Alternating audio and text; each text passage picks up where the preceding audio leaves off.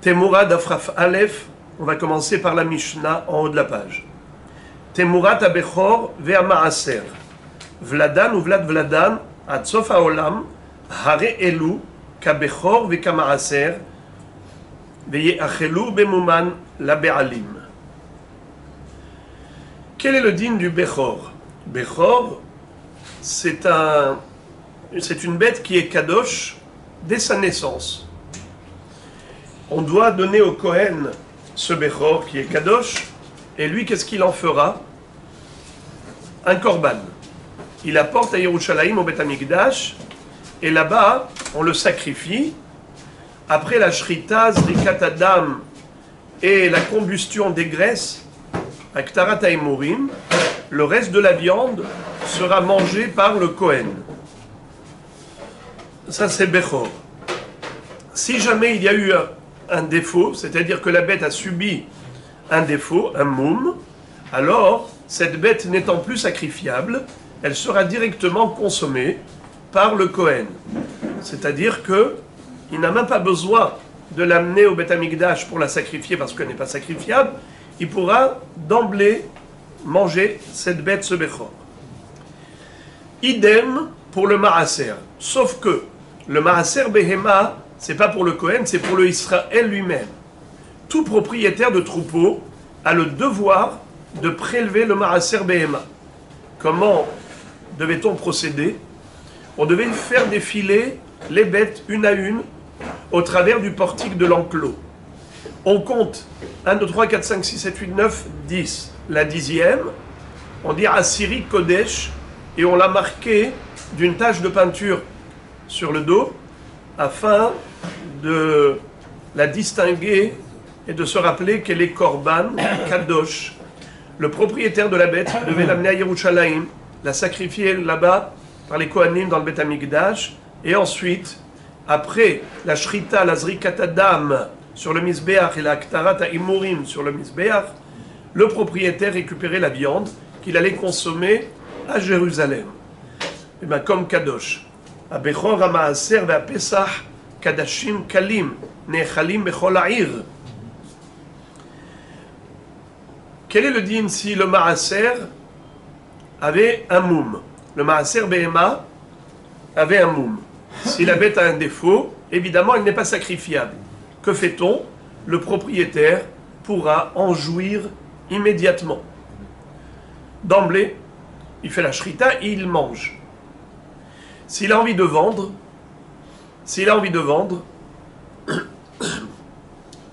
il n'a pas le droit de vendre à la boucherie.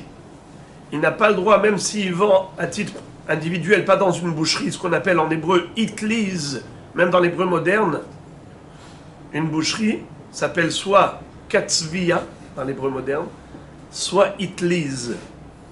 Katzav, c'est un boucher. Itliz, c'est la boucherie. On n'a pas le droit de vendre la viande de ce maaser behema qui était initialement kodesh, mais à cause du moum, à cause du défaut, on ne peut pas le sacrifier. Alors le propriétaire va pouvoir manger la viande.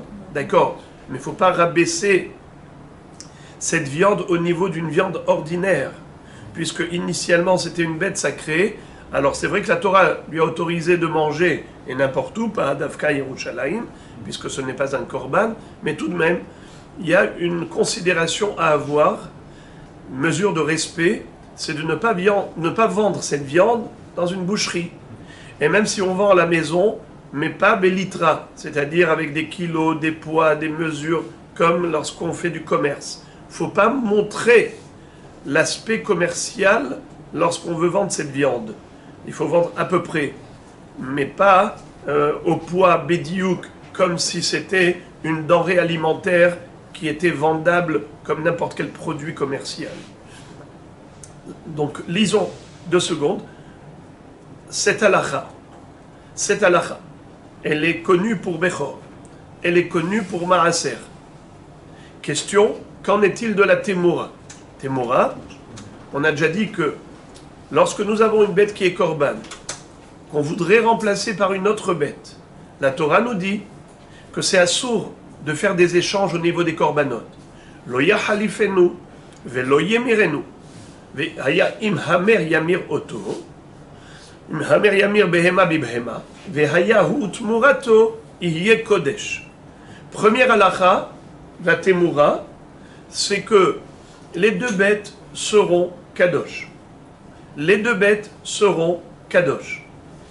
Mais, écoutez bien le chidouche, il n'y a pas de tmura pour un bechor. Il n'y a pas de tmura pour un maaser behema. Une bête qui a été sacralisée par l'homme à titre de choix volontaire, l'homme a décidé de faire d'une bête kodesh, alors en effet, lui il a rendu cette bête kadosh, maintenant il veut l'échanger contre une autre bête. Alors on te dit, les deux bêtes seront sacrées, les deux bêtes seront sacrifiées par rapport à Ola ou Shlamim. Les deux bêtes seront Olot, les deux bêtes seront Shlamim, les deux seront sacrifiées. Mais si c'est la Temura d'un Bechor, si c'est la Temura de Maaser Behema, les bêtes ne seront pas sacrifiées. Qu'est-ce qu'elles seront? On aurait dit bien rien, rien. Eh bien, c'est pas tout à fait rien. Elles seront kadosh, mais pas sacrifiables. À quoi ça sert? Kadosh, mais pas sacrifié. Kadosh, c'est que tu ne peux pas l'utiliser tant qu'elle n'a pas de moum, parce qu'elle est kadosh comme si c'était un korban. Tu attendras qu'il y ait un moum dans cette temura de Bechor, temura de Maaser Behema. Le Bechor lui-même, il est sacrifiable. Le Maaser Behema lui-même, la 10e bête, elle est sacrifiable. La temura du Bechor, la temura du Maaser Behema ne sont pas sacrifiables, mais ils sont kadosh. Kadosh dans quel sens? Ça revêt une dimension de sainteté. Mais tu ne peux pas sacrifier concrètement. Alors à quoi cela sert? Là, tu ne peux rien faire. Tu ne peux rien faire. C'est kadosh, c'est ekdesh. Sacrifier non plus, tu ne peux pas. Racheter, tu ne peux pas, tu ne peux rien faire. Il y a une seule chose qui pourrait t'ouvrir la porte, c'est si jamais la bête a subi un défaut.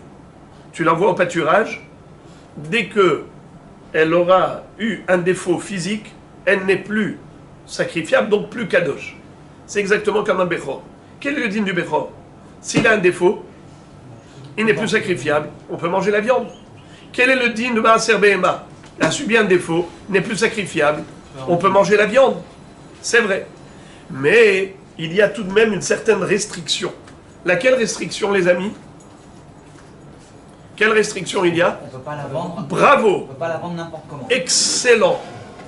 On doit avoir une mesure de respect par rapport à cette viande qui est profane, qui est cholin. On ne peut pas la vendre n'importe comment. C'est-à-dire, pas dans une boucherie. On peut vendre à la maison. Et même à la maison, pas la vendre au kilo. Il ne faut pas la vendre au poids. On mesure comme si c'était un produit commercial ordinaire. Non. On vend à peu près. Pourquoi? Parce que cette bête était kadosh. Autrefois. Et ce din s'applique même à la temura, qui, elle, dans l'absolu, n'est même pas sacrifiable. Mais comme elle est kadosh, bien que pas sacrifiable, on devrait avoir à l'égard de cette bête, une fois qu'elle a reçu un moum, une fois qu'elle a subi un défaut, et qu'on peut en jouir sans restriction, il y a tout de même une mesure de respect à avoir, c'est que on ne peut pas vendre cette viande be'itliz, ou bien chez soi à la maison be'litra. Voilà donc l'introduction à la première partie de la Mishnah. Lisons ensemble. Temurat ha-bechor ve'ha-maaser. La temura, c'est-à-dire la bête d'échange, qui est en contrepartie du bechor, ou une bête d'échange en contrepartie du maaser behema. La halacha est que non seulement la bête elle-même qui a été choisie comme temura, comme échange, comme bête de remplacement, non seulement elle est kadosh, mais même Vladan, si jamais cette bête-là a donné naissance à un petit, ou Vladan, si le petit a donné naissance à un petit, Ad Sof Haolam, toute la descendance de cette progéniture, Hare Elu, Kabechor ve Kamaraser.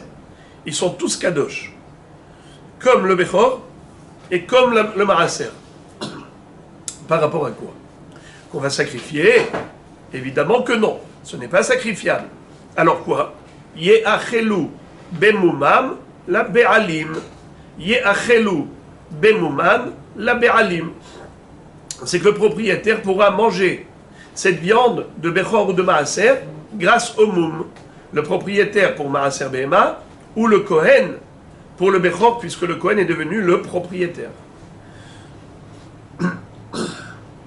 Mais comme on a dit, avec les mesures de respect vis-à-vis de cette viande, il ne faut pas la vendre comme la viande ordinaire. Lisons d'ailleurs ce que je vous ai dit, c'est écrit clairement dans la Mishnah, dans la suite de la Mishnah. Ma ben bechor ou maaser, les ben kol hakodashim. Chez kol hakodashim nimkarin beitliz, venishhatin beitliz, venishkalin belitra, chutz mina bechor vers maaser, chutz mina bechor vers maaser. La Mishnah nous demande quelle est la différence entre un korban classique qui a subi un moum et un bechor et maaser qui a subi un moum. Nous savons que dans les deux cas, la viande sera désacralisée. Elle sera consommée par le propriétaire. Et tout de même, il y a une différence. Laquelle? C'est que le bechor et maaser, leur viande, tu ne peux pas la vendre dans une boucherie, la commercialiser de manière classique, mais avec des mesures de respect. Tandis que un autre korban qui a subi un moum, que faut-il faire quand il a subi un moum et qui n'est pas sacrifiable? Eh bien, on prend de l'argent et on dit la kedusha de cette bête va passer sur l'argent. Cette bête sera désacralisée. Cet argent sera utilisé pour acheter une autre bête parfaite qui sera sacrifiée à la place de la première. En effet, on a compris que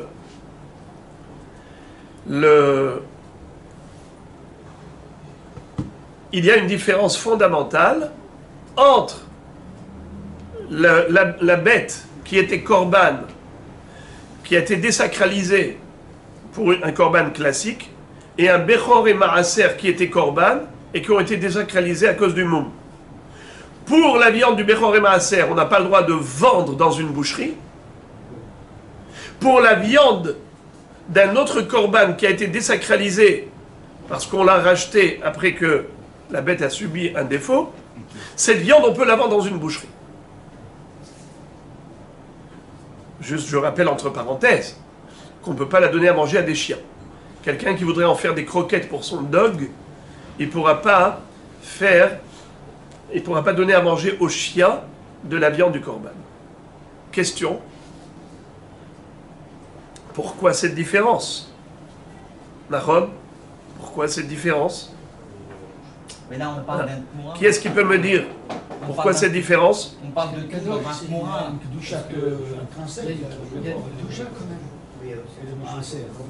Mais dans les deux cas, la kedusha elle a sauté à cause du moum. Dans les deux cas, la kedusha elle a sauté. Hein? Une elle a gardé une partie et l'autre elle a gardé une. Mais pourquoi? Une elle est kadosh dès le départ et l'autre elle est kadosh après coup. Quand il fait le corban, il la rend kadosh. L'une est désignée par l'autre. C'est vrai que l'une était kadosh initialement et l'autre est devenue kadosh qu'après coup.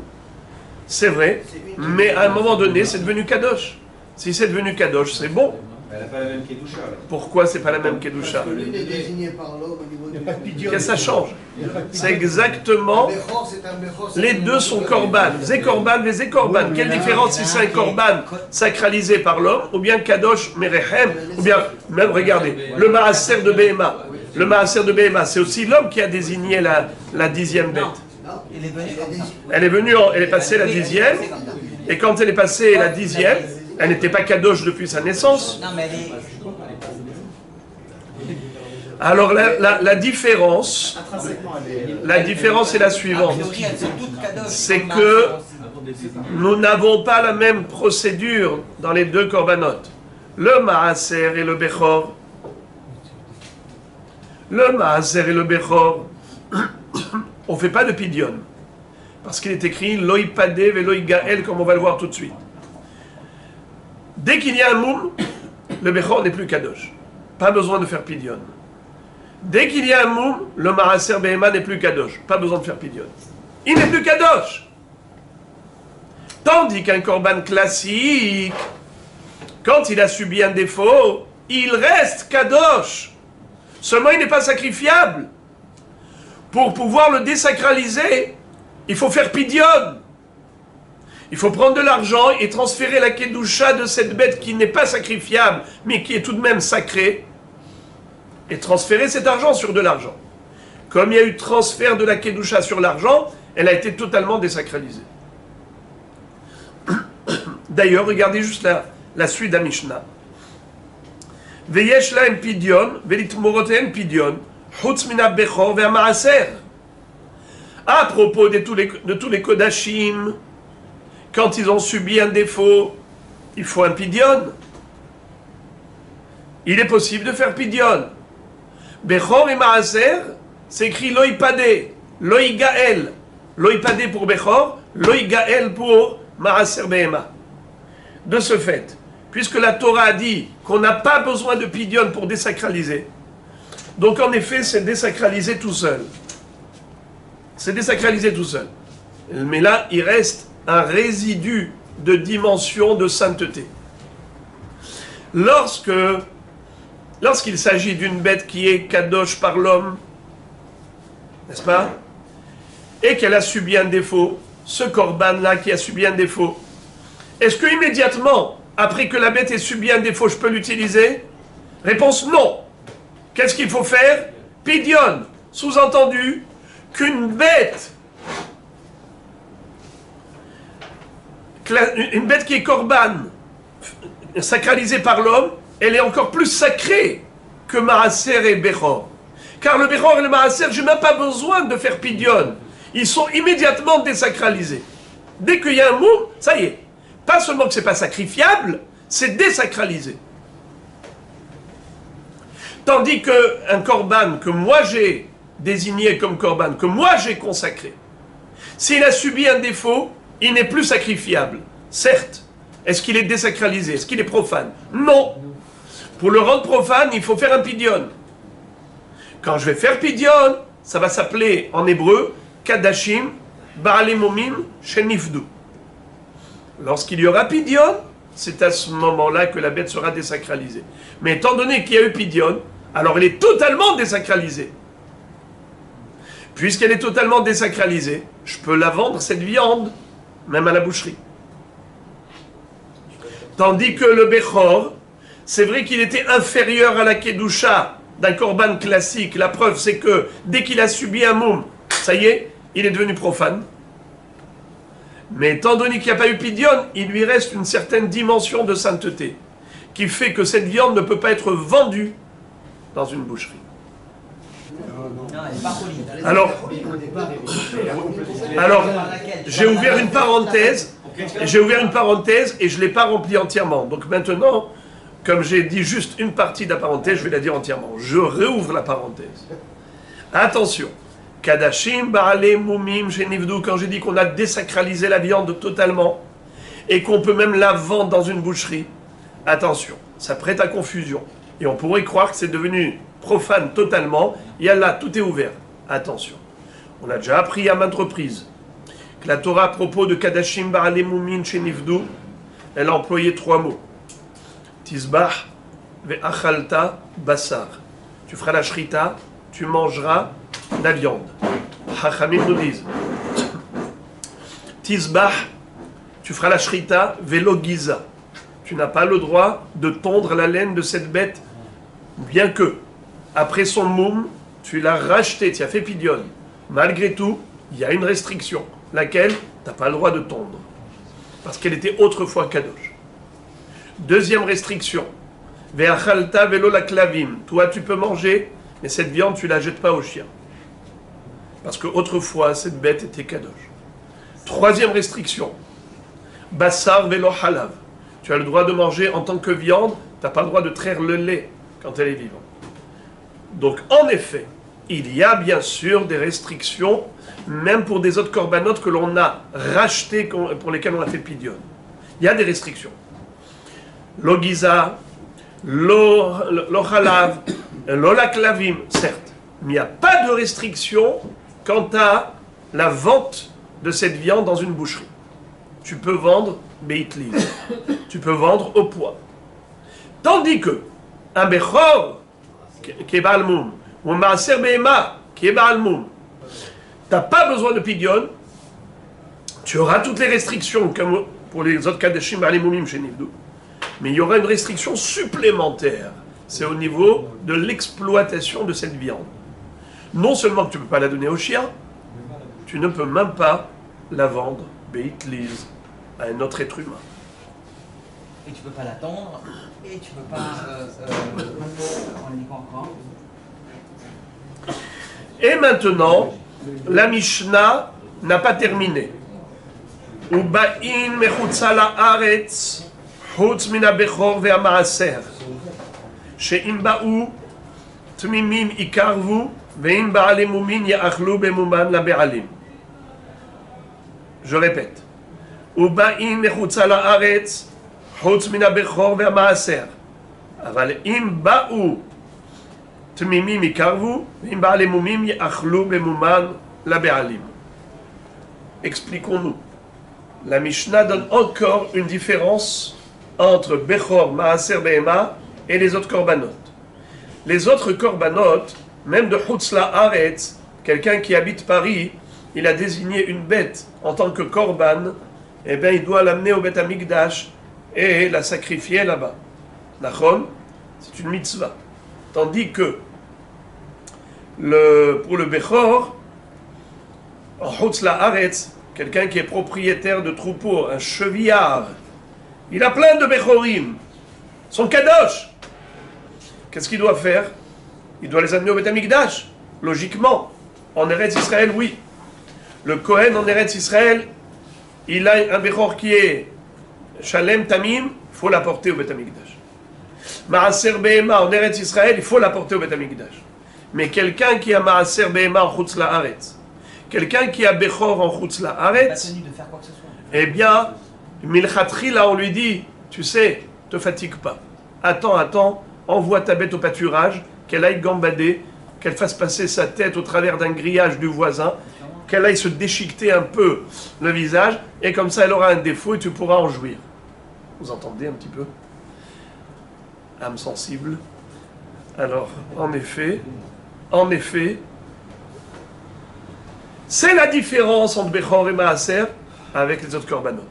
Bechor et Maaser, or Chutz La'aretz, t'as pas besoin, ni Monsieur Cohen, ni Monsieur Israël, d'apporter tous ces Bechorim, tous ces Maaser Behema pour les sacrifier. On attend, jusqu'à ce qu'il y ait un défaut, et à ce moment-là, il pourra en jouir. Tandis que pour Eretz Israël, bien sûr qu'il faut les apporter au Beth Amikdash le plus vite possible. Également, les autres korbanot, en Chutz La'aretz, tu dois les apporter le plus vite possible. Vous entendez? Les autres korbanot, il n'y a pas de différence entre Chutz La'aretz et Eretz Israël. Tu as fait un korban, tu as désigné un korban, tu dois l'apporter. Ça va te mettre des kilomètres et des kilomètres. C'est ton devoir, c'est ton rôle. Tandis que Bechor et Maaser, en Eretz Israël, il faut l'apporter au Beth Amikdash rapidement. En Chutz La'aretz, prends ton temps jusqu'à ce qu'elle ait un défaut. Et une fois qu'elle a un défaut, Ya'achlu bemumam. Je relis si vous voulez bien dans le texte. Ubaim mechutz la'aretz. C'est-à-dire les autres korbanot, on doit les apporter même de Chutz La'aretz. Chutz min ha'bechor ve'hama'aser, à l'exception de Bechor et Maaser, que le Chatchila, j'ai pas l'obligation a priori de les amener de Chutz La'aretz. Qu'est-ce qu'on fait? On les laisse au pâturage jusqu'à ce qu'ils aient un défaut. Ve'im ba'u. Alors, imba'u. Maintenant, Bedi Avad, si quelqu'un les a ramenés à ce Bechor et Maaser Ve'ema de Chutz La'aretz, temimim ikarvu. S'ils étaient parfaits, évidemment qu'il faut les sacrifier. Ve'im ba'alei mumim, et s'ils avaient subi un défaut, ye'achelu bemuman la be'alim. Ils seront mangés grâce au défaut par le propriétaire. Soit propriétaire du Bechor, c'est le Kohen, soit propriétaire du Maaser Behema, c'est le Israël. Amar Rabbi Shimon Mata'am. Rabbi Shimon est en train d'expliquer quelle est la raison pour laquelle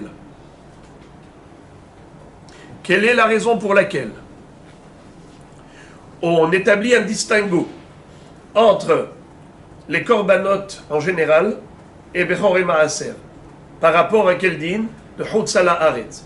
Pourquoi les korbanot que tu as désignés en Hotzala Haaretz, tu dois les amener au Beth Amikdash pour les sacrifier et on te laisse pas, on te recommande pas ce qu'on recommande pour Bechor et Maaser.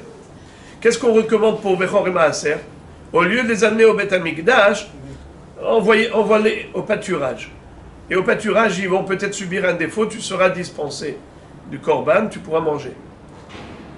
Pourquoi tu ne dis pas la même chose pour les animaux, pour les bêtes que tu as sacralisées? Alors regardez la belle réponse de Rabbi Shimon Bar Yochai, elle est trop belle. Les filles chez Bechor ve'Maaser yesh lahem parnasa mimekoman ush'ar kol hakodashim af al pi shenolad bahen mum hare elu bikdushatan. Qu'est-ce que ça veut dire? La différence, elle est fondamentale. Je vous l'ai dit tout à l'heure, en préambule. C'est qu'un korban classique, qu'un homme a désigné, consacré, si jamais il a subi un défaut, qu'est-ce qu'il va falloir faire pour désacraliser cette bête? Pidyon. Tant qu'on n'a pas fait pidyon, malgré le moum, elle est encore kadosh. Alors que le Bechor et Maaser, dès qu'il a un moum, ça y est, il n'y a plus de gdusha, on peut manger immédiatement. Alors maintenant tu vas comprendre pourquoi pour Eretz Israël, pour des gens de Chutz La'aretz, on leur dit Bechor et Maaser, attendez qu'il y ait un moum et vous mangez. Les autres korbanot, non, amenez-les. Pourquoi on ne donne pas le conseil envoie-les au pâturage? Parce que même si tu l'envoies au pâturage et qu'il subit un moum, il est toujours sacré. Et s'il est toujours sacré, alors quoi? Il faut transférer la kedusha du korban sur de l'argent. Et l'argent, sur quoi? Sur une autre bête. Tu dois acheter une autre bête. Et cette bête, qu'est-ce que tu vas faire? Tu vas la sacrifier au Beth Amikdash. Alors, hachamou est ton oreille. Elle est là. Vas-y directement, amène cette bête au Beth Amikdash. Au lieu de dire, cette bête, je vais attendre qu'elle ait un mou, mais après transférer la kedusha sur de l'argent, et après l'argent, on va acheter une bête, après faire le korban, vas-y directement. Alors que le Bechor et le Maaser, s'ils ont un moum, gamarnou, ils sont non seulement non sacrifiables, disqualifiés au sacrifice, mais en plus, ils n'ont plus de kedusha. Ça s'appelle comment? Parnassa mimekoman. C'est quoi Parnassa? Quel rapport Parnassa? Parnassa ici c'est une takana. Il y a une takana, il y a une solution. Parnassa c'est une solution. Il y a une solution. Il y a une solution pour le Bechor et Maaser. Bimkoman. Même en Chutz La'aretz, s'il y a un moum, gamarnou. Immédiatement tu peux en jouir. Alors que les autres behemoth, un takana bimkoman. Ça veut dire tu peux pas dire ça y est, il y a un moum, allez. Toutes les portes sont ouvertes. Tu es obligé de faire pidyon, et ce pidyon, finalement, va être réinvesti dans une bête qui sera korban, qui sera sacrifiée. Alors amène-la directement. Passons à la Gemara. Amar Rav Aha barav Aza. Ba'u b'ma'arava. Hametin mum bitmurat bechor u'ma'aser. Mahu. Mi amrinan. Kevan delo karivan. Lo mihyav. Odilma. Kevan de Katshu Mihyav.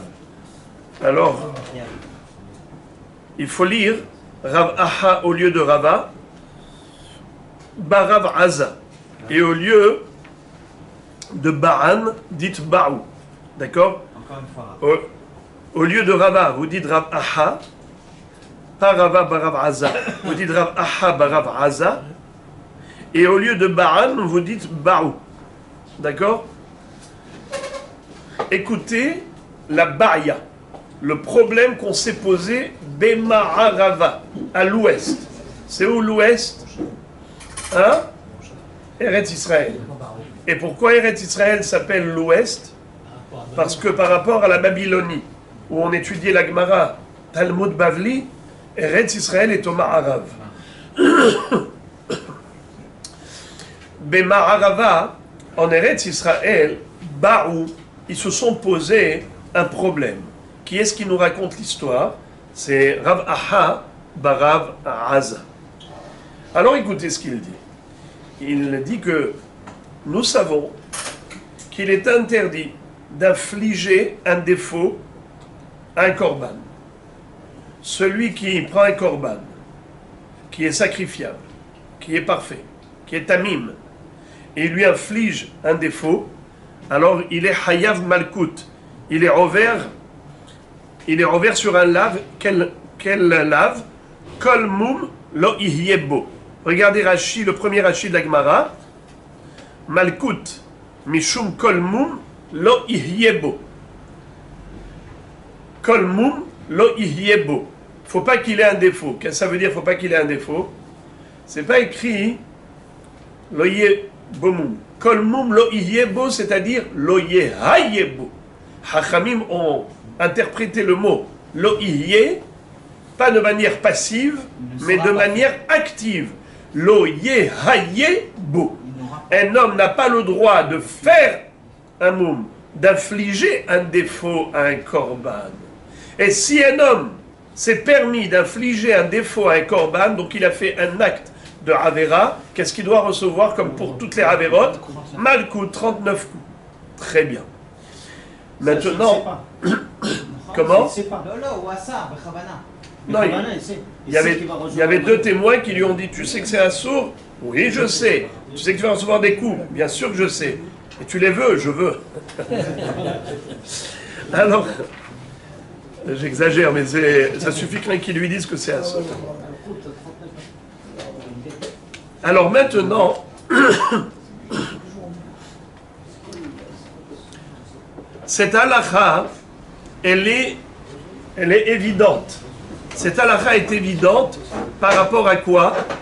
Par rapport à un korban classique. Et également Bechor et Maaser Behema. Ce sont des korbanotes classiques.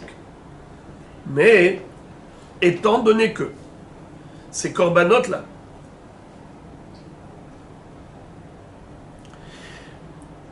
ils sont kadosh, pas seulement kadosh, mais sacrifiables. Si j'ai infligé un défaut, alors j'ai transgressé le lave de kolmum lo ihyebo, lo yehayebo. Yamalkut.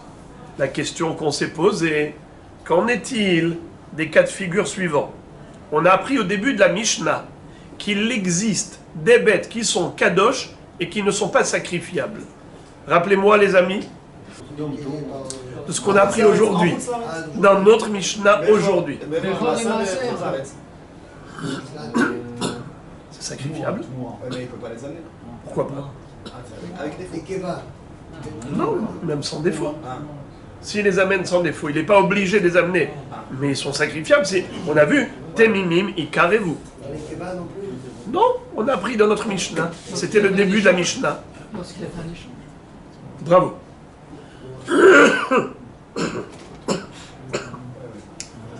Alors voilà, commençons l'explication de la Baïa des Bnei Eretz Israël. En Eretz Israël, on s'est posé la question, qu'en est-il de Tmurat Bechor ou Tmurat Maaser? On a vu au début de la Mishnah que le Bechor lui-même, il est sacrifiable, le Maaser Behema lui-même est sacrifiable. Mais leur Temura, elle est kadosh, mais pas sacrifiable. Et d'ailleurs, même leur descendance, leur progéniture, est kadosh, mais pas sacrifiable. On avait vu ça. Rappelez-vous, Tmurat ha-Bechor ve'ha-Maaser, Vladan ou Vlad Vladan, ad sof ha'olam, hare elu ka-Bechor ve'ka-Maaser, ve'ye'achelu be'muman la-Be'alim. Qu'est-ce que ça veut dire ye'achlu be'muman la-Be'alim? Tant qu'il n'y a pas de moum, tu ne peux rien faire. Pourquoi tu ne peux rien faire? Parce qu'il y a une kedusha. Mais tu ne peux pas sacrifier parce que c'est Temura. Alors qu'est-ce que tu fais? Tu attends. Dès qu'il y a un défaut, à ce moment-là, la bête, elle est désacralisée. Exactement comme le Bechor lui-même. Le Bechor lui-même, il est sacrifiable. Mais s'il a un défaut, non seulement qu'il n'est plus sacrifiable, il est même désacralisé. Maaser Behema, idem. Alors, quel est le din dans le cas où quelqu'un a fait un défaut à la bête qui était Bechor ou la bête qui était Maaser Behema? Elle est en infraction, bien sûr. Quel lave elle a transgressé? Le lave de Kol mum lo iyebo, de ne pas faire un défaut un korban. Mais maintenant la question se pose. Dans le premier cas de la Mishnah, où on nous avait parlé de Tumurat Bechor et Tumurat Maaser Behema, qui sont différents d'une Tumurat Ola et Tumurat Shlamim. Parce qu'en général, Temurat Ola, Temurat Shlamim, Ma'adin, le din est que on sacrifie la Temura. On sacrifie la Temurat Shlamim. Du fait qu'ils sont sacrifiables, évidemment qu'on n'a pas le droit de leur infliger un défaut. Kol mum lo iyebo. Ça a le même statut que le korban lui-même. Mais dans ce cas atypique, à savoir le Tmurat Bechor et Tmurat Maaser Behema, là ici on a déjà une catégorie très spéciale. Ce que j'appellerais entre le marteau et l'enclume. D'une part c'est kadosh, et d'autre part ce n'est pas sacrifiable. Question, qu'est-ce que je peux en faire de cette bête? Rien. Tu ne peux ni l'utiliser parce qu'elle est kadosh, ni la sacrifier parce qu'elle n'est que Tmurat Bechor, Tmurat Maaser. C'est-à-dire, qu'est-ce que je fais? Eh bien, tu attends les bras croisés. Et jusqu'à quand je vais attendre? Jusqu'au moment où il y aura un moum. Jusqu'au moment où il y aura un défaut. À partir du moment où il y aura un défaut, alors en effet, je pourrai la manger, l'exploiter, en profiter, en jouir.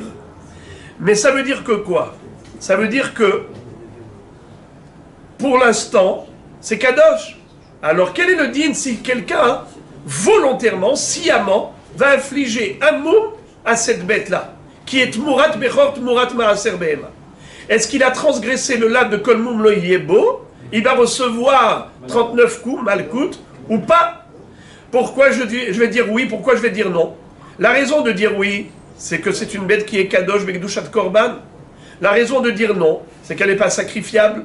Alors, on n'a aucune possibilité de démontrer la halakha au niveau de ce cas de figure atypique.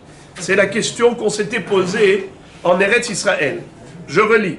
Bema'arava ba'u hametil mum bitmurat bechor ma'aser mahu mi amrinan. Est-ce qu'on va dire kevan delo karivan lo mihya, puisque ce n'est pas sacrifiable, alors il n'y a pas de hiyuf malkout pour le moum qui leur a infligé.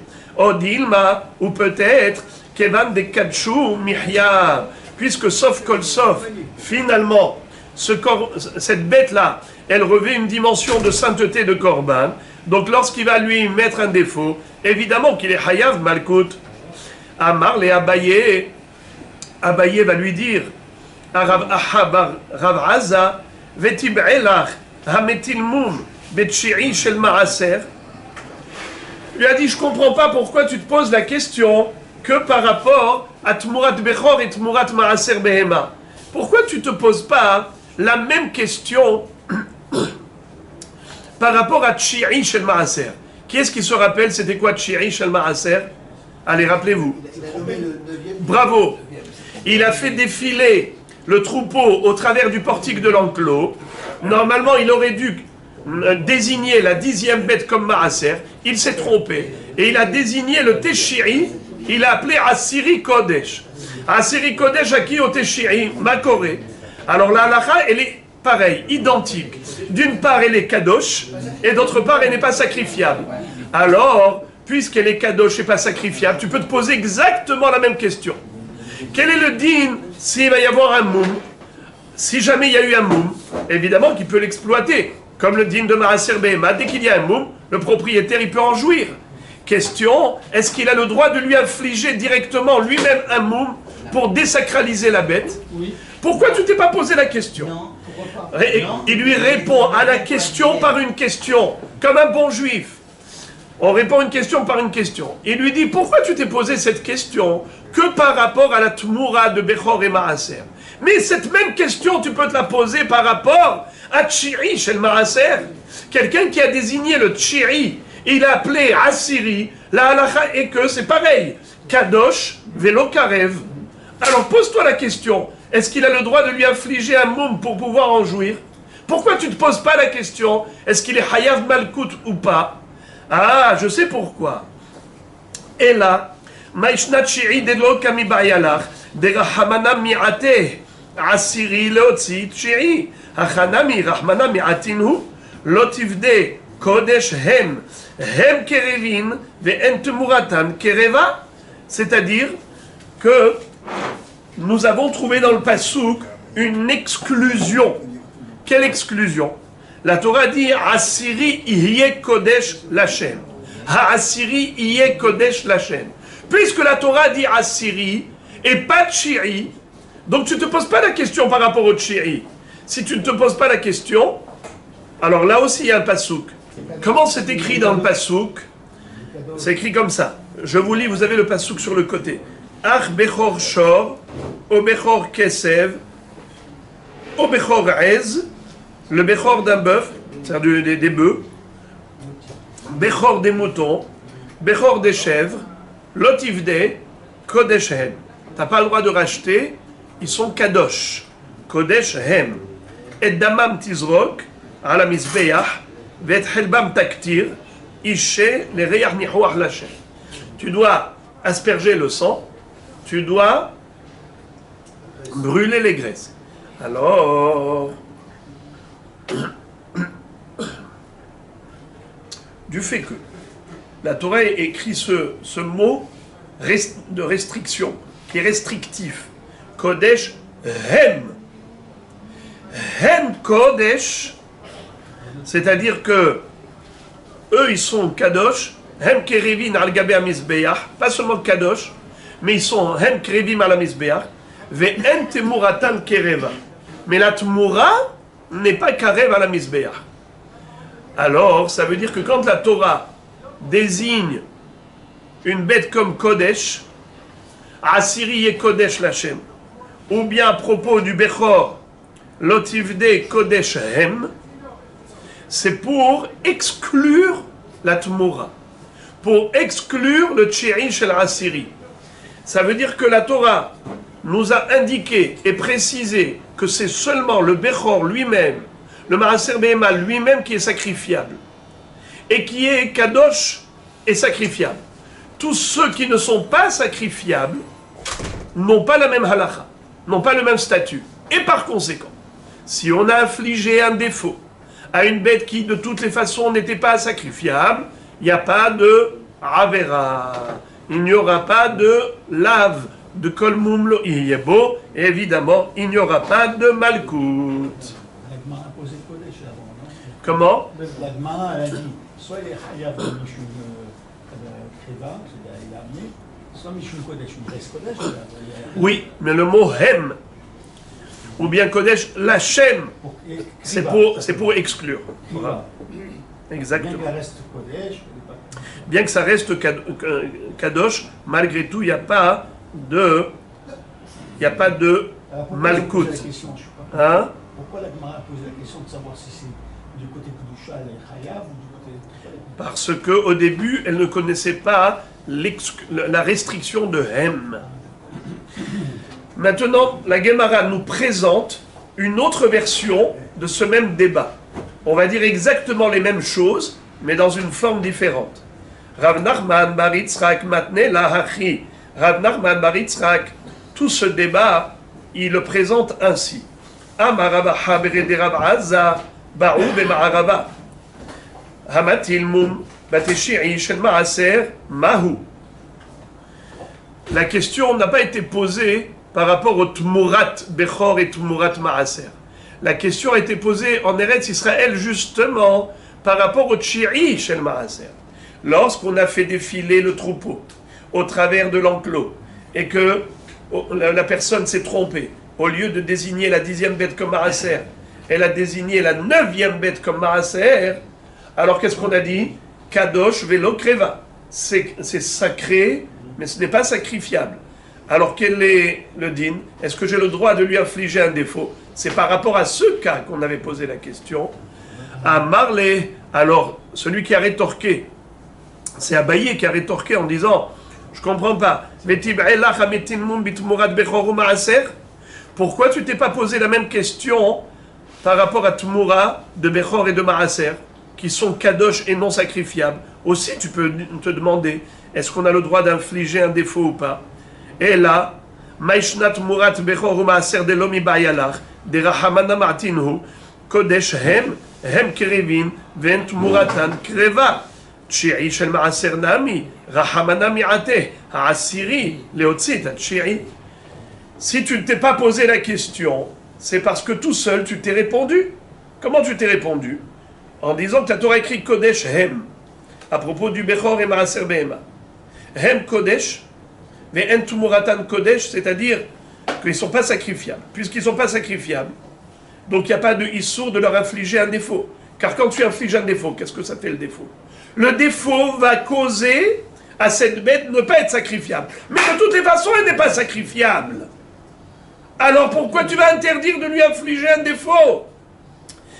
Si ça c'est évident pour toi, pour le Bechor et pour le Maaser, ça doit être évident pour toi également, pour le Teshiri chez le Maaser.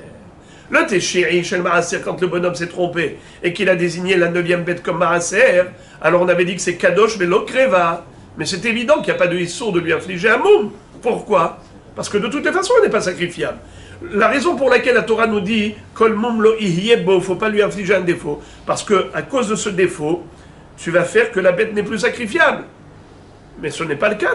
Puisque de toutes les façons, la Tmoura de Bechor Maaser, la Tmoura de le Tchiri, chez le Asiri, ils ne sont pas sacrifiables de toutes les manières. Fin de citation de la deuxième version. Et maintenant, nous passons à autre chose. La Mishnah nous a enseigné que Ve'im ba'u mechutza la'aretz temimim mikarevu ba'alemumim ye'achelu bemumam la be'alim. Qu'est-ce que ça veut dire? Quel est le din lorsque nous avons des korbanot en chutz la'aretz? Eh bien, il faut les apporter en Eretz Israël et les sacrifier. Si c'est Bechor et Maaser, qu'est-ce qu'on dit? Les khatrila, ne t'en presse pas. Il ne faut pas les ramener, c'est pas la peine. Envoie-les au pâturage. Envoyez-le au pâturage, et là-bas, il aura un défaut. Et dès que la bête aura subi un défaut, elle est désacralisée, tu peux en jouir.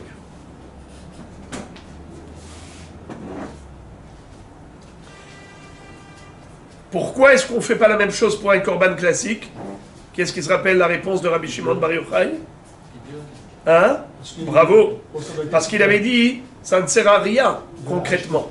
Concrètement, ça ne sert à rien. Tu vas l'envoyer au pâturage, il va avoir un défaut, tu vas devoir le racheter, tu vas devoir acheter. Qu'est-ce que tu fais avec l'argent? Tu vas acheter notre korban, et notre korban, tu vas devoir le sacrifier. Alors qu'est-ce que tu as fait? Tu as emprunté 36 chemins pour revenir finalement au même but. Retour à la case départ. Alors c'est pourquoi un korban classique, il faut l'amener au Beth Amikdash, même provenant de Chutz La'aretz. Tandis que un Bechor ou Maaser, tu les envoies au pâturage pour qu'ils aient un mouk, tu n'aies pas besoin de te déranger jusqu'à Yerushalayim. Et maintenant la Gemara pose une question et elle dit Urminhu ben Antigenos he'ela bechorot mi Bavel velo kiblu mimeinu. Qu'est-ce que ça veut dire? Nous on a dit que si on les a ramenés entiers, parfaits, sans aucun moum, il faut sacrifier le Bechor. Il faut sacrifier le Maaser Behema. C'est seulement si il y a un défaut que tu ne sacrifies pas. Mais si tu les as déjà ramenés en Eretz Israël, vas-y, sacrifie-les. Pourtant, on nous raconte que Ben Antigenos, le fils d'Antigenos, il avait fait monter des Bechorot de la Babylonie en Eretz Israël pour les sacrifier, et les Kohanim lui ont dit non. Ils lui ont refusé. C'est bizarre. Ça contredit notre Mishnah. Amar Afrizda la Kashia. Ha Rabbi Ishmael, Ha Rabbi Akiva. Detania, Rabbi Yossi Omer, Shelosha Devarim, Mishum Shelosha Zekenim. Rabbi Ishmael Omer, Yachol Ya'ale Adam, Maaser Sheni Bazman Hazeh, V'yochlenu Birushalayim, nanani nanana. Alors, je voudrais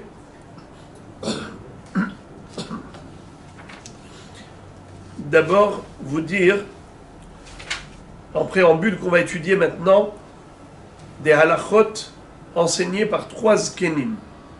C'était qui ces 3 zkenim? L'un s'appelait Rabbi Ishmael, l'autre Rabbi Akiva et l'autre Ben Azaï. D'accord? Dans cette baraïta, Rabbi aussi nous cite des enseignements de 3 hachamim, Rabbi Ishmael, Rabbi Akiva et Ben Azaï. Et donc la contradiction apparente entre notre Mishnah, qui dit que oui, on peut sacrifier un Bechor et un Maaser Behema s'ils sont parfaits. Les Khatrila, c'est pas la peine de te fatiguer. Mais si tu t'es fatigué et tu les as ramenés parfaits, vas-y, sacrifie-les. Mais Rabbi Ishmael va dire que non. Yachol ya'ale adam ma'aser sheni bazman hazeh v'yochlenu b'Yerushalayim.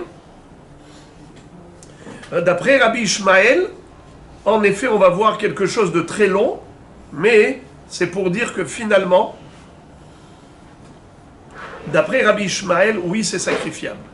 D'après Rabbi Ishmael, notre Mishnah va d'après Rabbi Ishmael qui dit que le Maaser Behema et le Bechor sont sacrifiables. C'est Rabbi Akiva qui va dire que non. Alors lisons. Rabbi Ishmael Omer Yachol Ya'ale Adam Maaser Sheni Bazman Hazeh V'yochlenu b'Yerushalayim. De quoi parle Rabbi Ishmael?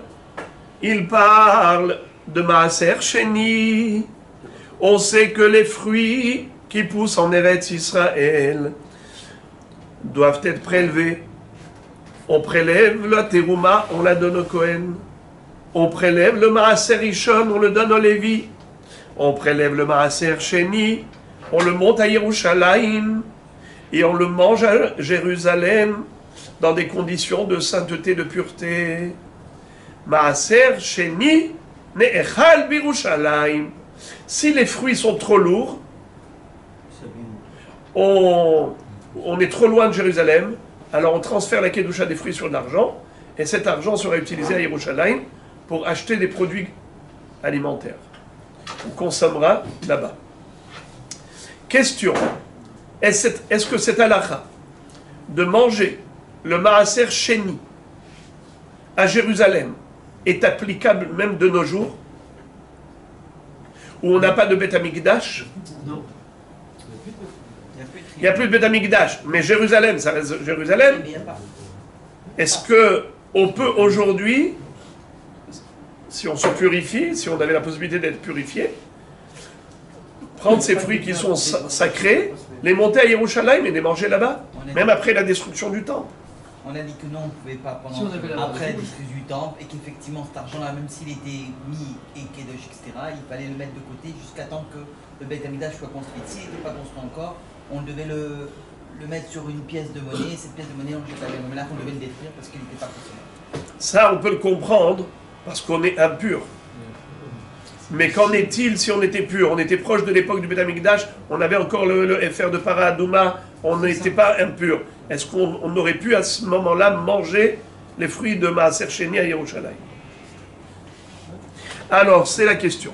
Yachol ya'ale Adam Maaser Sheni bazman hazeh v'yochlenu b'Yerushalayim.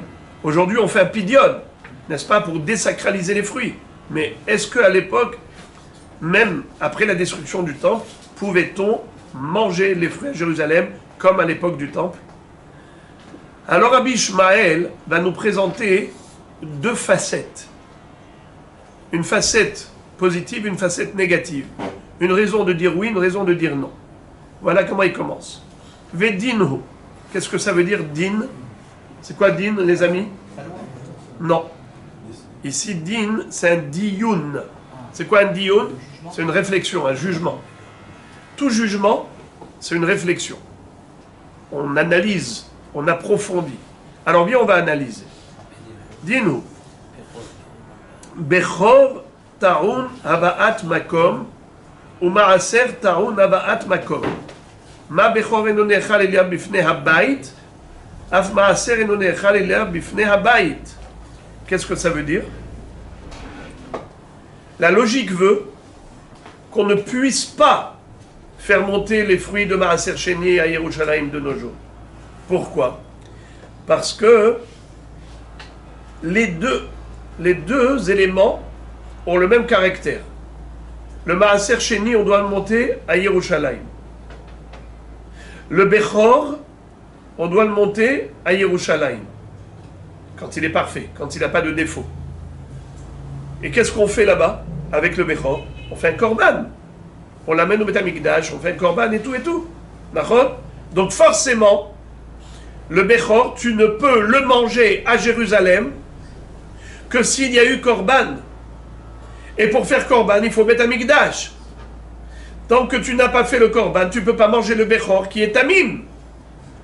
Donc la consommation du Bechor intramuros Jérusalem dépend du Beth Amikdash. De nos jours, on n'a pas de Beth Amikdash, donc le Bechor, tu ne peux pas le sacrifier. Tu ne peux pas asperger son sang sur le Mizbeach et consumer ses graisses. Donc qu'est-ce que tu peux faire de la viande? Tu ne peux pas la manger à Yerushalayim, puisque tu n'as pas fait la procédure nécessaire. Tu n'as pas fait le korban, parce que tu ne peux pas faire le korban. Eh bien pareil, Maaser Sheni, qu'il n'y a pas de Beth Amikdash, tu ne peux pas de nos jours où il n'y a pas de Beth Amikdash le manger là-bas à Jérusalem. Rabotai, quel rapport entre Maaser Sheni et Bechor? C'est un pasouk. C'est écrit comme ça.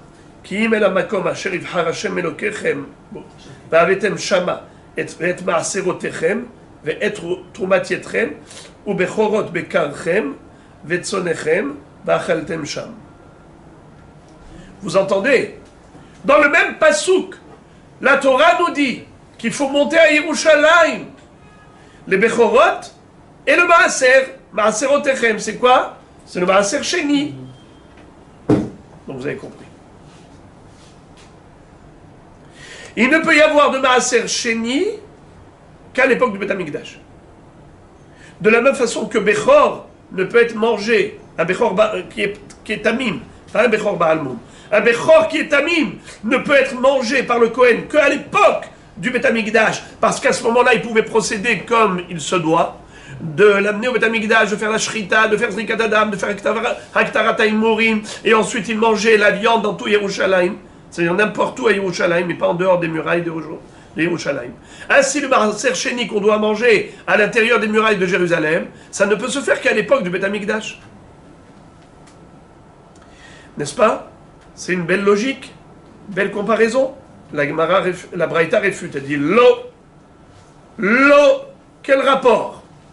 Im amarta bebechor, sheken taoun matan damim ve'emorim legabe hamizbeach, tomar bemaaser sheni de lo. Comment tu compares l'incomparable? C'est quoi cette histoire-là? Tu dis comme le Bechor, de nos jours, c'est pas possible après la destruction du temple. On peut pas le manger à Jérusalem. Ainsi, le Maaser Sheni, tu ne peux pas le manger à Jérusalem après la destruction du temple. Mais quel rapport? Le Bechor, tu ne peux pas le manger à Yerushalayim parce que tu ne peux pas effectuer la procédure nécessaire, à savoir le korban. Le korban, comment tu fais? Shrita, zrikat adam, matan damim, aspersion du sang, haktarat ha'imurim, tu vas brûler les graisses sur le misbeach et ainsi de suite. Ça, tu ne peux pas le faire. Puisqu'il manque la condition sine qua non du culte sacrificiel, eh bien, tu ne peux pas manger. Mais le Maaser Sheni, c'est des fruits. Les fruits, tu ne vas pas les sacrifier. Les fruits, il faut juste les manger. Alors, pourquoi ne pas manger, même après la destruction du temple? Si tu es pur, va les manger. La malo. Alors, on avait présenté une logique pour dire que non. Et maintenant, on a réfuté cette logique en disant, mais pourquoi pas? Alors, Rabbi Ishmael propose maintenant une autre façon de comprendre. Amarta bikurim teronin habaat makom ou maaser taron habaat makom. Ma bikurim enechalim ela bifnei habayit af maaser eno nechal ela bifnei habayit. Dans ce même pasouk, nous avions vu tout à l'heure qu'on a parlé de Trumat Yetrem. C'est quoi Trumat Yetrem? C'est les bikurim. Donc tu vois que le Maaser Sheni a été comparé dans ce verset au bikurim.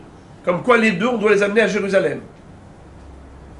Alors, si on ne pouvait pas comparer Maaser Sheni à Bechor, je te propose de comparer Maaser Sheni à Bikurim.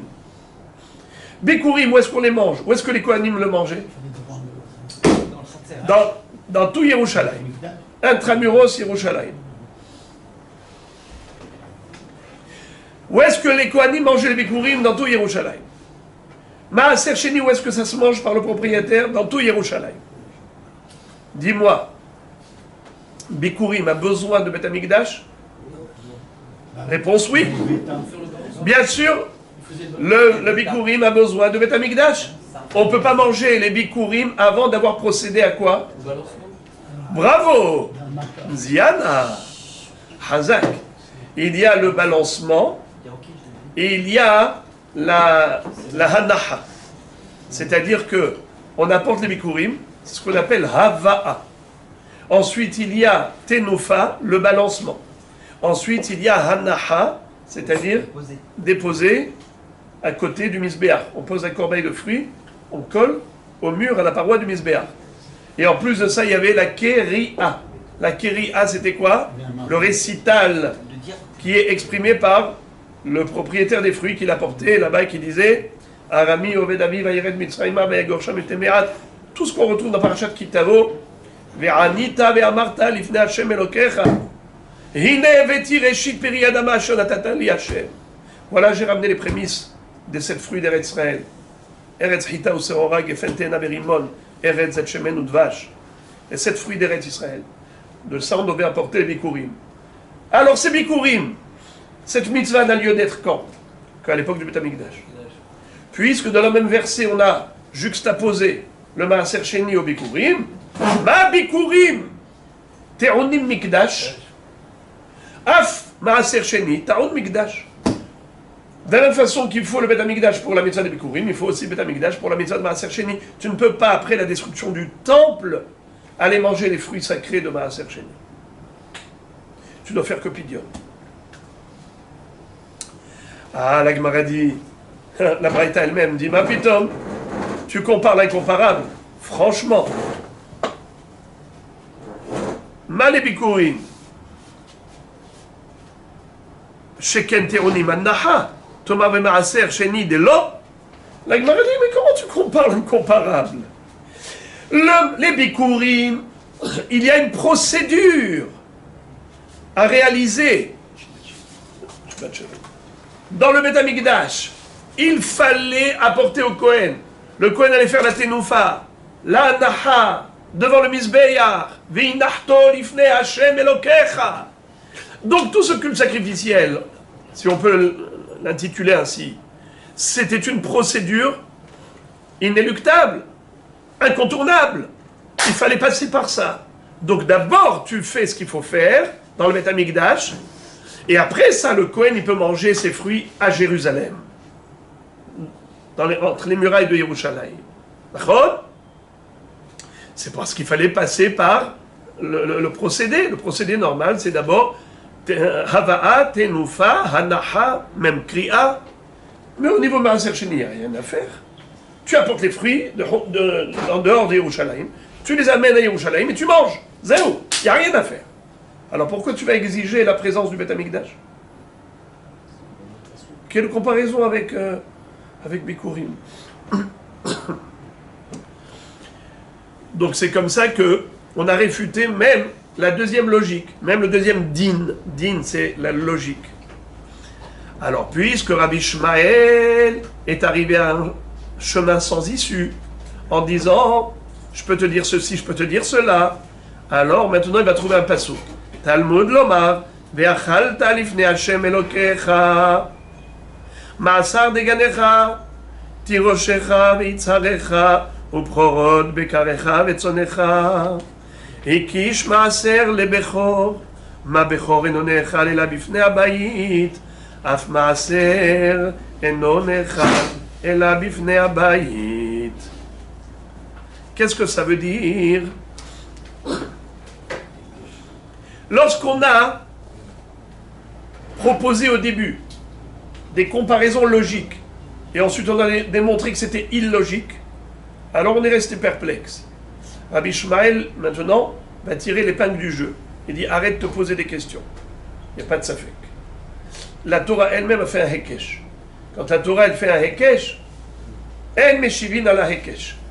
Quand la Torah c'est elle qui va juxtaposer deux thèmes, deux sujets, afin de les comparer, même si comparaison n'a pas raison, pas besoin de raison. La Torah veut comparer, c'est un fait accompli, c'est implacable. Talmud lomar, ואכלת לפני השם אלוקיך, במקום אשר יבחר לשכן שמו שם, מעשר דגניך תירושך ויצהריך, ובכורות בקריך וצונך, הקיש מעשר לבכור. מה בכור אינו נאכל אלא בפני הבית, אף מעשר אינו נאכל אלא בפני הבית.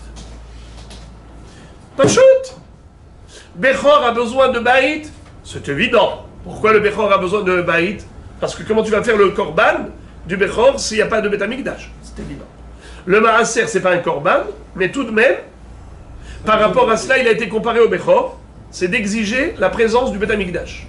S'il n'y a pas de Beth Amikdash, il n'y a pas de consommation des fruits de Maaser Sheni, intramuros Yerushalayim. Fin de citation de Baraïta. Avant d'arriver à démontrer que Rabbi Ishmael pense que, en effet, le Bechor, à l'époque du Beth Amikdash, pouvait être ramené même de Chutz La'aretz, avant d'en arriver là, la Gemara d'abord ouvre une parenthèse et elle s'interroge quant à cette proposition, ce limoud là de Rabbi Ishmael. La Gemara dit Velihdar dina. Velihdar dina, vérité, bema'atzad. Qu'est-ce que ça veut dire? Rabbi Ishmael, pour tirer son épingle du jeu, c'est-à-dire pour trouver une solution à son problème, il a eu besoin du Hekesh. Il a eu besoin du Passouk qui a comparé Maaser Sheni à Bechor.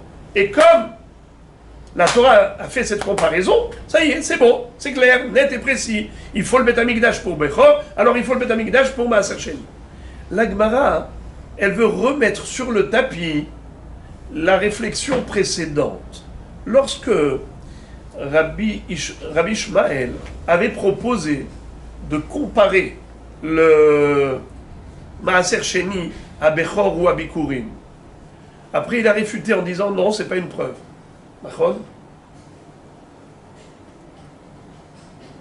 C'est pour cela qu'on a besoin d'un pasouk. La comparaison faite dans le pasouk. La Gemara maintenant veut renverser la vapeur. Elle dit, je ne comprends pas pourquoi tu as besoin du pasouk. Le pasouk, il vient quand tu n'as pas le choix. Mais si c'est quelque chose que tu pouvais déduire de toi-même, le pasouk n'avait pas besoin de s'exprimer explicitement. Le pasouk devient donc inutile. Et c'est ça la question maintenant actuelle d'Agmara. L'Agmara renverse la vapeur. Elle dit, tu as eu besoin du pasouk parce que tu as réfuté la logique précédente. N'est-ce pas? Alors tu avais besoin du pasouk. Et moi, je te propose de remettre sur le tapis la logique précédente, et donc je te pose la question, pourquoi tu as besoin du pasouk? Pourquoi le pasouk avait besoin d'écrire quelque chose d'inutile? C'est quoi la logique précédente? On avait voulu faire ce qu'on appelle un mamatsinu, mahatzad, binyan av. Ça a plusieurs appellations. Il y a 13 codes dans la Torah. L'un des 13 codes de la Torah, c'est binyan av. C'est quoi binyan av? C'est lorsqu'on compare toutes sortes de cas au prototype de la Torah, au cas référentiel de la Torah. On a le Bechor, qui est un modèle. On a Bikurim, qui est un modèle. Et on a Maaser Sheni. Maaser Sheni, j'ai voulu comparer à Bechor. On a réfuté. Et j'ai voulu comparer Maaser Sheni à Bikurim. On a réfuté la comparaison. Maintenant, la Gemara dit, ce binyan av, avec Katuv et Had, ça ne marche pas.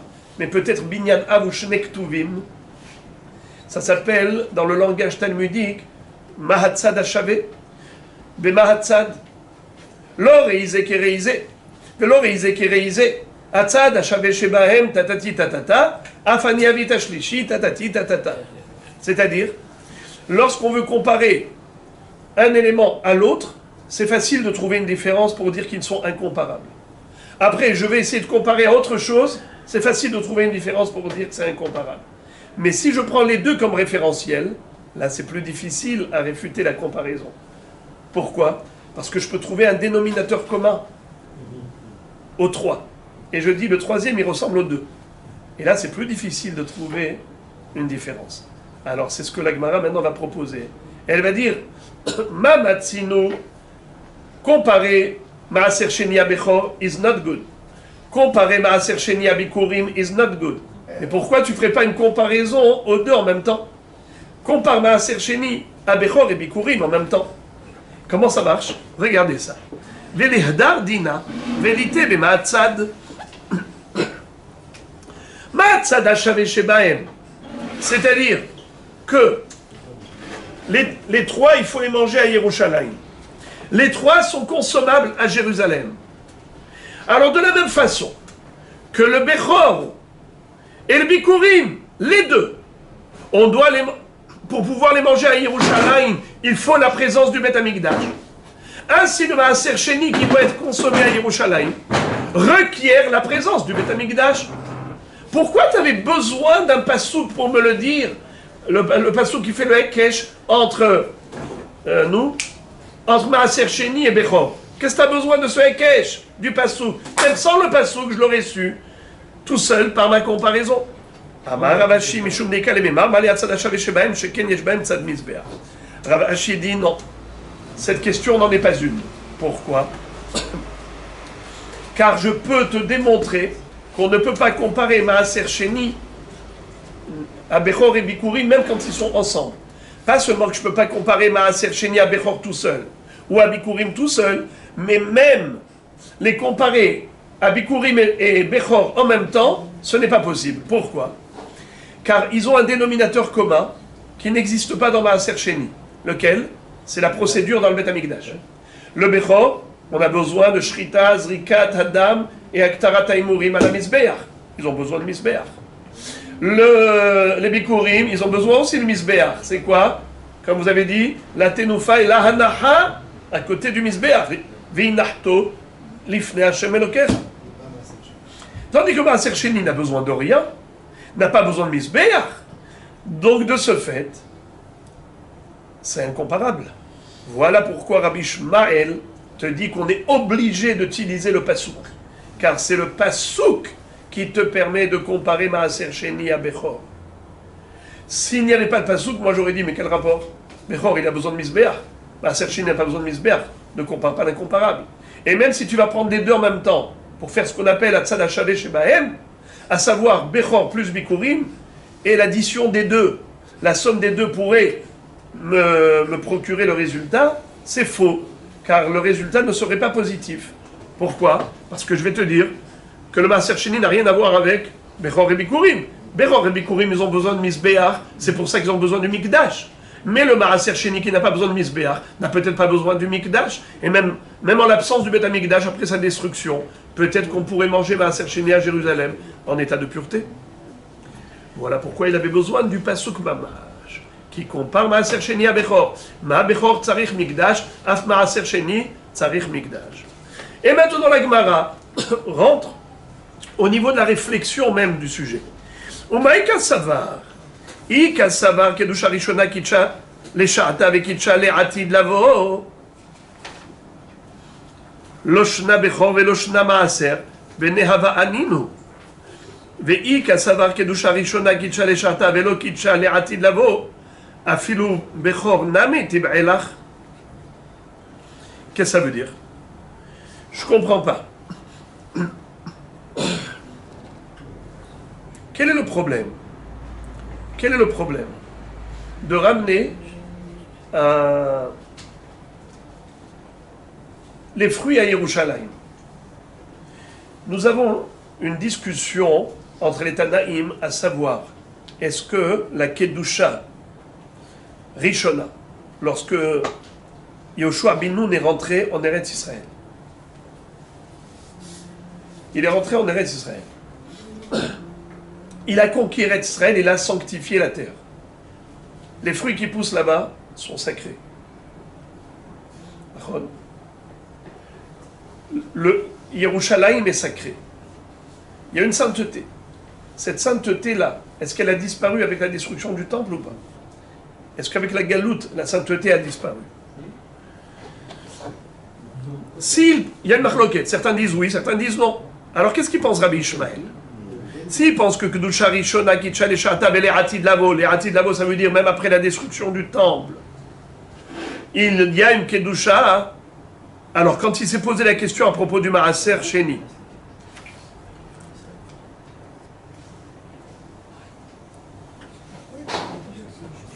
qu'est-ce qu'il s'est demandé? Est-ce qu'on a besoin du Bet Hamikdash? Yerushalayim s'appelle Lifnei Hashem Elokecha. Même si tu as besoin de Yerushalayim, tu n'as pas besoin de Bet Hamikdash. Pourquoi tu n'as pas besoin de Bet Hamikdash? Parce que ça s'appelle Lifnei Hashem Elokecha, même après la destruction.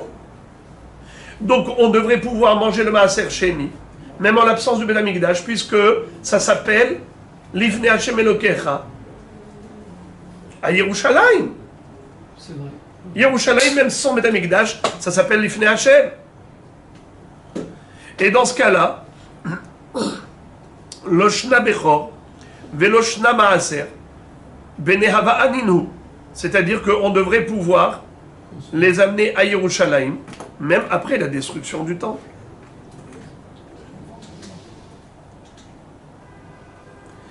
Vous allez me dire, ouais, mais je comprends pas. Après la destruction du temple, comment tu vas faire le korban? Bechor, il faut faire un korban.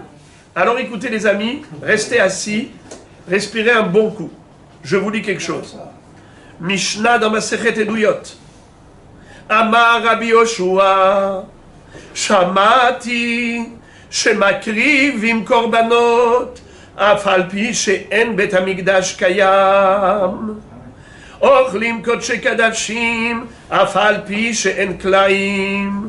אוכלים קדשים ומעשר שני בירושלים, אף על פי שאין חומה, מפני שקדושה ראשונה קידשה לשעתה, וקידשה לעתיד לבוא.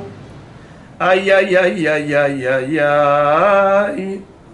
Ça veut dire que si Rabbi Ishmael pense comme Rabbi Yoshua, que même après la destruction du temple, même si on n'a pas les murs du Beth Amikdash, même si on n'a pas les Chomot Yerushalayim, mais le sol est resté Kadosh.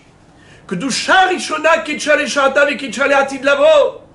Dans le sens où tu peux aller dans l'emplacement du Mizbeach. Tu construis le Mizbeach. Pas le Beth Amikdash. Le Mizbeach, et tu fais un korban. Amène ton Bechor. Tu peux manger les fruits de Maaser Sheni intramuros Yerushalayim. Zelifnei Hashem Elokeicho. La Kedusha de la présence divine n'a pas disparu avec la destruction du temple, nous dit Rabbi Yoshua. Alors si Rabbi Ishmael il pense comme lui, pourquoi il nous dit de la même façon qu'il n'y a pas de Bechor, il n'y a pas de Maaser Sheni? Pourquoi il n'y a pas de Bechor? Si tu penses que Kedusha Rishona Kitcha Leshata Kitcha Le'atid Lavo, il y a Bechor, il y a Maaser Sheni. Et s'il pense Ve'ika Savar Kedusha Rishona Kitcha Leshata Velo Kitcha Le'atid Lavo, Afilu Bechor Nami Tib'elach. La question, il aurait dû la poser également par rapport au Bechor. Léolam, la Gemara répond Kassavar Kedusha Rishona Kitcha Leshata Velo Kitcha Le'atid Lavo, Ve'acha במה יעסקינן כגון שנזרק דמו של בכור בפני הבית וחרב הבית ועדיין בשרו קיים. באמת il pense qu'il n'y a pas de Kedusha après la destruction du temple. Seulement il se pose la question, quel est le din si on était juste à Tisha B'Av et que le Beth Amikdash vient d'être détruit. Et juste avant sa destruction, les Kohanim avaient sacrifié le Bechor. Et tout de suite après, il y a eu destruction du Beth Amikdash. Est-ce qu'on peut manger la viande du Bechor, la viande du Korban? Achabemaya askinan, kegon shenizrak damo. של בכור בפני הבית, וחרב הבית, ועדיין בשרו קיים. כיוון דאיתה לדם, לא בר זריקה הוא. התה בשר יליף מדם. Alors puisque s'il y avait le sang, je n'aurais rien pu faire. Alors le bassar, c'est pareil. je ne peux pas le manger puisque c'est écrit dans le pasouk. Le bassar et le dam sont comparés dans le pasouk, ils ont été juxtaposés, c'est écrit comme ça.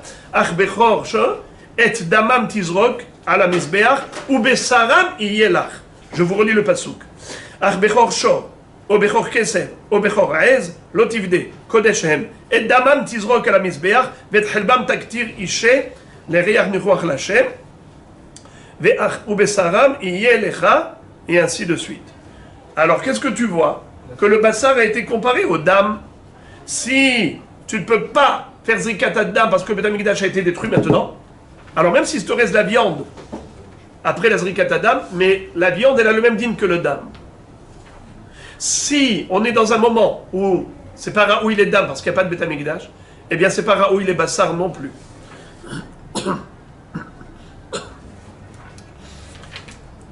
Ve'ate ma'aser v'yalif me'bechor. C'est pour cela que il a voulu comparer le Maaser Sheni au Bechor. La Gemara dit Umi alfinan kodesh mehadade. Ve'amar Rabbi Yochanan kol haTorah kula lemedin lamed min alamed chutz mikodashim shen lemedin lamed min alamed. Comment est-ce qu'il a voulu comparer le Maaser Sheni au Bassar qui lui-même a appris du dam? Ça s'appelle lamed min alamed. Et lamed min alamed, ça marche pas dans les kodashim, ça marche dans tout, mais pas dans le kodashim. La Gemara répond Maaser Sheni Holinhu. Le Maaser Sheni n'a pas un statut de Kodashim, il a un statut de Holin. Pourquoi? Parce que tu peux désacraliser comment? Tu transfères la Kedusha sur l'argent. Bravo. La Gemara dit Niha leman de Amar batar lamed azlinan. Et là leman de Amar batar melamed azlinan maïka lemema. La Gemara dit ok, si tu prends comme référentiel le Bassar, qui a lui-même appris du Dam, qui a lui-même appris de Bechor, c'est-à-dire Maaser Sheni du Bassar de Bechor et le Bassar du Bechor du Dam du Bechor, alors ok. Mais d'après celui qui dit que non, tu dois toujours te référer au Melamed, le Melamed c'est Kodesh, c'est le Dam. Donc comment tu peux apprendre du Dam du Bechor pour Maaser Sheni? Maaser Sheni c'est Holin, comment tu peux comparer au Dam qui est Kodashim? Alors, Bassar vadam hadam iltaï. La réponse à Gemara, c'est que le Bassar du Bechor et le Dam du Bechor, il ne faut pas les considérer comme deux limodim. Lamed mina lamed, et comme tu dis, ah non, mais tu ne peux pas apprendre du deuxième lamed. Il faut apprendre que du premier lamed, et puisque tu ne peux pas comparer le Maaser Sheni, qui sont des fruits, qui sont houlin, au Dam du Bechor, qui est Kodesh Korban, alors tu peux pas faire de comparaison. Non. La Gemara dit Bassar Vadam, c'est Hadou. Et puis tu peux comparer le. Comment il s'appelle? Le Maaser Sheni au Bassar. Alors de ce fait, ça s'appelle que tu peux comparer, puisque tu peux comparer de la même façon. Mais est-ce qu'ils sont Hadou aussi? Le Dam et le Bassar, c'est Had. Le Dam, et après tu compares. Tu compares Bassar à Maaser Sheni. Ça on l'a déjà vu. Qu'on a comparé. Seulement la question est de savoir comment tu compares au Dam. Alors il te dit, Dam et Bassar, c'est pareil, c'est pas Lamed min Lamed, c'est un seul Lamed. Ça c'est Rabbi Ishmael. D'accord. Maintenant on arrive à Rabbi Akiva. Rabbi Akiva Omer, Yachol ya'ale Adam bechor מחוץ לארץ בזמן שבית המקדש קיים ויקריבנו תלמוד לומר ואכלת לפני השם אלוקיך מעשר דגניך תירושך ויצהריך ובכורות בקריך וצונך מן המקום שאתה מעלה מעשר דגן אתה מעלה בכור מן המקום שהיא אתה מעלה מעשר דגן היא אתה מעלה בכור. Incroyable. Qu'est-ce que ça veut dire? Rabbi Akiva dit clairement il n'y a pas de Bechor à rapporter de Chutz La'aretz au Beth Amikdash. Pourquoi? Parce que la Torah a comparé le Bechor au Maaser Sheni. Maintenant c'est à l'envers. Écoutez celle-là, elle est trop belle. Avant on apprenait Maaser Sheni du Bechor, par comparaison du Passouk. Maintenant Rabbi Akiva dit le contraire. Le Passouk a comparé le Bechor au Maaser Sheni. Maaser Sheni, ce sont des fruits sacrés qu'on doit monter à Yerushalayim. Dites-moi, est-ce que cette mitzvah de Maaser Sheni, on l'a en Chutz La'aretz? Non, c'est d'Afka les fruits d'Eretz Israël, n'est-ce pas? Alors on te dit, de là où tu dois apporter le Maaser Sheni, c'est de là-bas où tu amènes le Bechor, comme Korban au Beth Amikdash. Mais de là où tu n'as pas de mitzvah d'apporter le Maaser Sheni, tu n'as pas de mitzvah d'apporter le Bechor au Beth Amikdash. C'est-à-dire, Chutz La'aretz. Les fruits d'Eretz Israël sont kadosh. On apporte Maaser Sheni des fruits d'Eretz Israël à Yerushalayim. Alors, tu dois apporter aussi des Bechorot qui poussent en Eretz Israël. Le Bechor des troupeaux d'Eretz Israël, tu les amènes comme Korban au Beth Amikdash. Mais par contre, les fruits de Chutz La'aretz, il n'y a pas de fruits à apporter à Yerushalayim, eh bien il n'y a pas de Bechor du troupeau à apporter à Yerushalayim. Je répète, relisez s'il vous plaît. Rabbi Akiva Omer, Yachol, est-ce que Ya'ale Adam Bechor, Michutz La'aretz, Bizman Shebet Hamikdash Kayam V'yakrivenu, Talmud Lomar, Ve'achalta Lifnei Hashem Elokecha, Ma'asar Deganecha Tiroshecha V'tzarecha, U'pchorot Bekarecha V'tzonecha. Min hamakom she'ata ma'ale Ma'aser Dagan, ata ma'ale Bechor, ou min hamakom she'i ata ma'ale Ma'aser Dagan, i ata ma'ale Bechor. Donc nous voyons clairement, et on va s'arrêter là, que Rabbi Akiva nous dit qu'il n'y a pas de mitzvah d'apporter un Bechor après le Horban Bet Hamikdash à Yerushalayim. Pas Bechor, excusez-moi, même à l'époque du Bet Hamikdash, de Chutz La'aretz. De Chutz La'aretz.